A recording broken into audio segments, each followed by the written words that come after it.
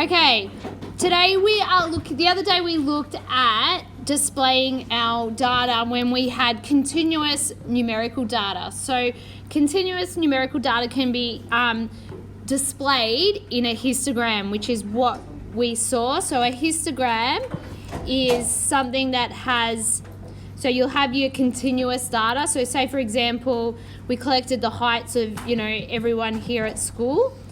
And we would then have these categories and we would get our histogram. So just remember, a histogram has those columns, but there's no gaps in between. And so they generally came up like that, unless we have a section where there was say no heights and stuff like that. So now what we're going to do, now we know how to create these histograms and draw them, we need to know how to analyze it or tell the reader of this data, we need to say, what does this graph show us? So the way we describe histograms is we're going to describe using these three different things. So first we're going to comment on the shape and if it has outliers or not.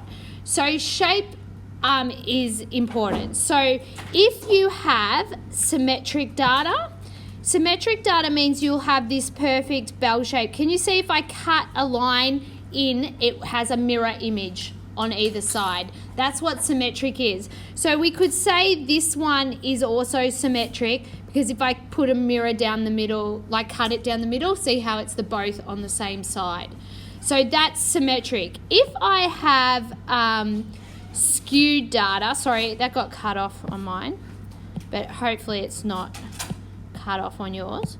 So skewed data. Skewed data is when you have some data either all at the start. So can you see you've got all the towers at the start and then it tails down.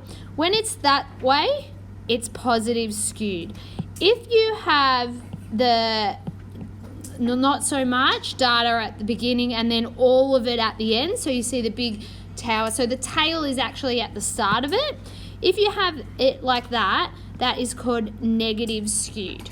So if I was commenting up on my one up here, I reckon I'm going to call that one probably symmetric.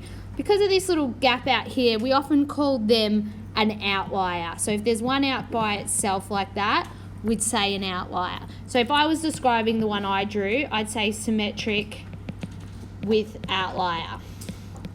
Okay, now we don't need big long sentences. You can dot point it. So when they say describe it, you describe the shape, just write symmetric, positive skewed, negative skewed, outlier, no outlier. Okay, so you comment on the shape. The next thing we will comment on and we'll show is we often say the center. Now when you want to mention the center, you just have to state the median. Okay, so we will look more at that later on, but you state the median. And then the last thing you'd have to comment on is often the spread.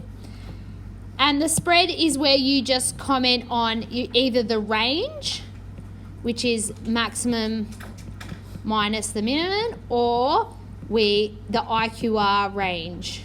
So just write that there so you've got it. But today we're mainly looking at the shape and describing the shapes of the distribution.